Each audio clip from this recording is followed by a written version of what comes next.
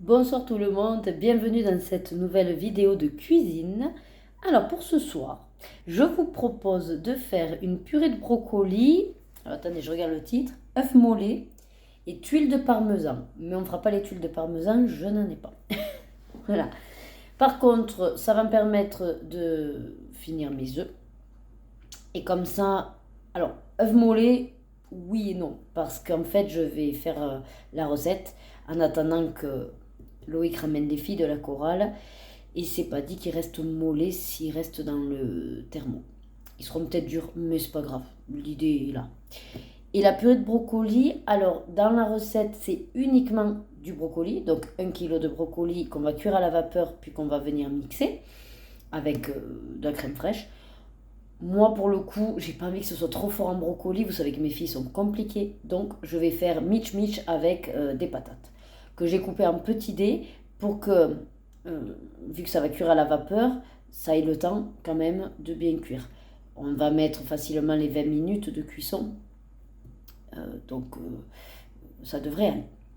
Alors j'ai fait comme j'ai pu pour vous installer, étant donné que ça avait mon téléphone. J'ai réduit même l'écran, vous êtes en 16 neuvième je crois, pour arriver à avoir et l'écran et le robot. Bon, après, comme je blablate, ce sera pas trop compliqué pour vous à suivre. On y va, de toute façon, comme d'habitude, dans la description, vous trouverez le lien de la recette sur Cookidoo.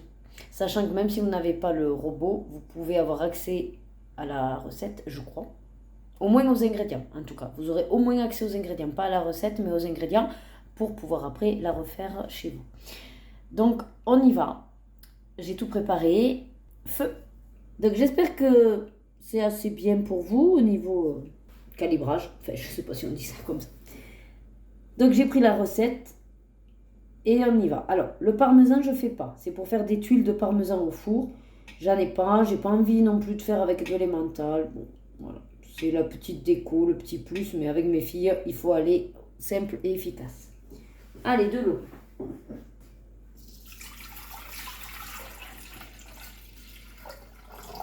C'est pas grave si je déborde, vu que ça va être pour cuire les œufs, en même temps qu'on va cuire les brocolis. Ah oui, alors du sel. J'ai hésité à mettre du bouillon, puis je me dis c'est dommage, puisque l'eau, on va vraiment après la jeter et pas du tout l'exploiter. Alors, on va mettre le couvercle.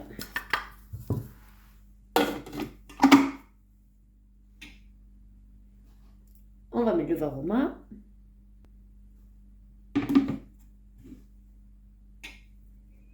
Alors, le brocoli, bon, comme je vous avais dit, 1 kg. Moi, je vais mettre des patates, donc que j'ai déjà coupées en petits dés. On va voir combien. Normalement, l'ensemble me fait à peu près 1000 également. 511. Et comme c'est un brocoli frais, normalement, et que moi, c'est surgelé, je vais mettre forcément beaucoup plus de temps.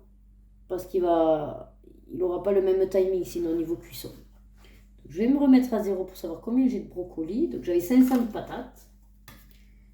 Et en plus, comme ils sont gros, les morceaux de brocoli, il va falloir plus de temps. Ouais, ben voilà, vous voyez, 543, 512, on est à 1 kg et quelques. Par contre, je vais essayer de faire un petit trou dans mon varoma. Voilà, pour faciliter quand même la cuisson. Hop. On réorganise un peu l'espace. On dégage les trous pour la vapeur. Alors, quand il y a beaucoup de choses, c'est un peu compliqué. Ok. Et donc là, 15 minutes, vous voyez, moi je vais déjà mettre 20 minutes. En plus, pour mes patates, ce ne sera pas plus mal. Puis on avisera, parce qu'après, on doit mettre à l'intérieur le panier cuisson que j'ai déjà donc préparé avec les œufs. Hop, voilà. Donc une fois qu'on aura fait cette étape, comme ils sont censés être mollets, on ne pourra pas allonger le temps. Donc c'est maintenant qu'on doit allonger le temps, d'où les 20 minutes. Allez, c'est parti. Hop. Non, on revient. Voilà. On remet 20 minutes. Oh, pas autant. Oui, 22. Et sur c'est parti. Le couvercle. Bon, nous revoilà. Alors, entre-temps, j'ai quand même remis un petit peu, parce que ça manquait encore de cuisson. Là, ça manque encore un peu, mais comme on va mettre à nouveau les œufs, je pense que ça ira. Alors, on continue. Donc là, il faut retirer le varoma. Donc j'ai gardé mon assiette pour mettre, parce qu'en fait, ça coule, l'eau. Voilà. Je l'enlève de devant quand même, que vous y voyez quelque chose. Ensuite, donc insérer le panier cuisson. Alors comme je vous ai dit, je l'ai déjà préparé avec les œufs à l'intérieur. Évitez de se cramer par contre parce que voilà, le bol est assez chaud. Bon, mettre 4 œufs. Moi, il y en a 6 puisque du coup, j'ai utilisé tous mes œufs. On remet le couvercle. On remet en place le varoma. Tac. Et c'est reparti pour 6 minutes. Au pire, ce que je ferai, c'est que j'enlèverai les œufs pour couper la cuisson, les garder plus ou moins mollets si je peux. Et si jamais, je remettrai encore un petit coup. Ah, ça, c'est pour faire les tuiles de parmesan. Bon, mais du coup, moi, je fais pas.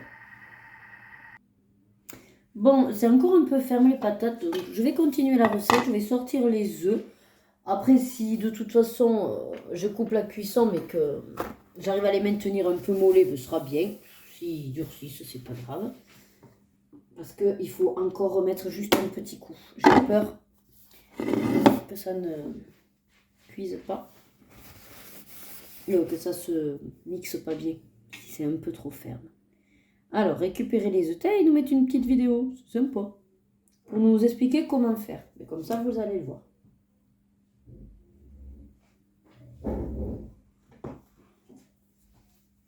Super, bon, c'est ce que je fais.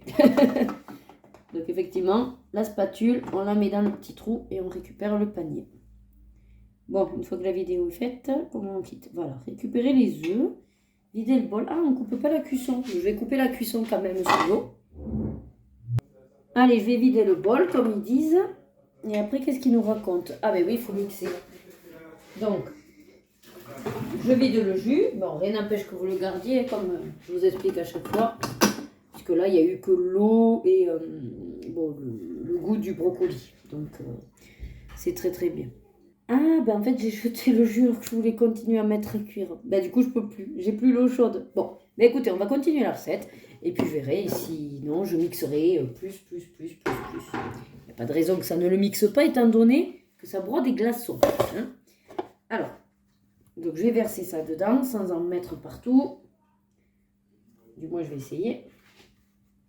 Ah, on va prendre la spatule, ce sera quand même mieux. Hop. Ouais, c'est encore un peu ferme, mais bon, ça va mixer, ça va le mixer.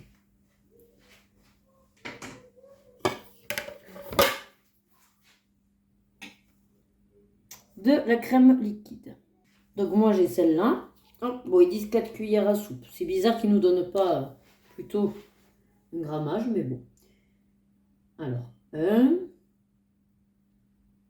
2, 3, 4. Allez, comme je suis généreuse, j'en mets 5.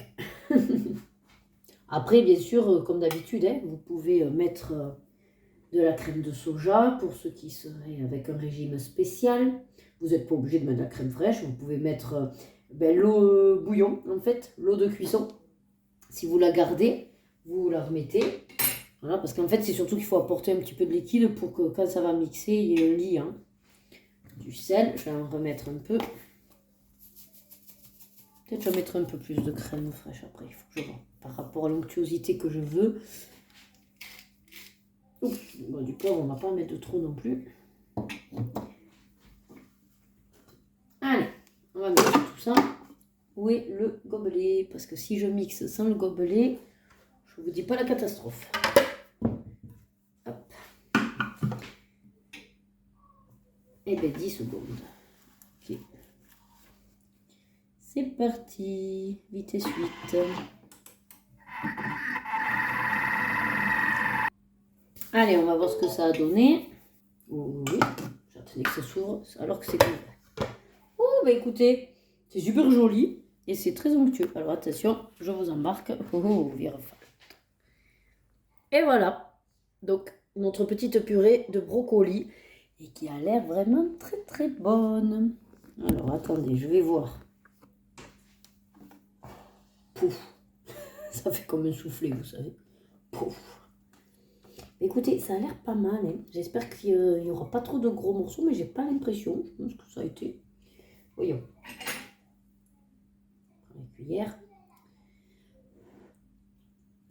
Ouais, si. On sent quelques patates un peu fermes, vous voyez. Comment je peux faire? Soit je relance un peu en cuisson, là. Je vais faire ça. Je vais remettre un petit peu en cuisson, mais juste pour finaliser les patates qui sont un petit peu fermes, certaines. Donc vous savez, il y a les petits morceaux et on sent que ça croque un peu sous la dent. Et le souci, c'est juste que j'ai peur qu'elle ne veuille pas le manger. Après, moi, ça ne me dérange pas. C'est quand même beau. Voilà. Et après, qu'est-ce qu'ils disent de faire? Ah, de remixer encore un coup. Bon, mais ça, je l'ai déjà fait. Et après, décaler les... Ok. Bon, écoutez, pour nous, on va s'arrêter là. Donc, je vais écaler après les œufs. On va manger ça avec la purée. Je suis persuadée qu'on va se régaler. Comme je vous dis, là, je vais juste voir si je remets un petit peu en temps de cuisson le temps qu'on mange l'entrée. Quitte à même faire un maintien au chaud. Que ça finalise de cuire la patate maintenant qu'elle est mixée. Hein, voilà l'astuce. Allez, en tout cas, j'espère que vous aurez passé un agréable moment à ma compagnie. Que ça vous aura donné appétit et surtout envie de, pourquoi pas, tenter cette recette chez vous. Je vous dis à très vite dans une prochaine vidéo. Portez-vous bien et prenez du plaisir dans tout ce que vous faites. À bientôt!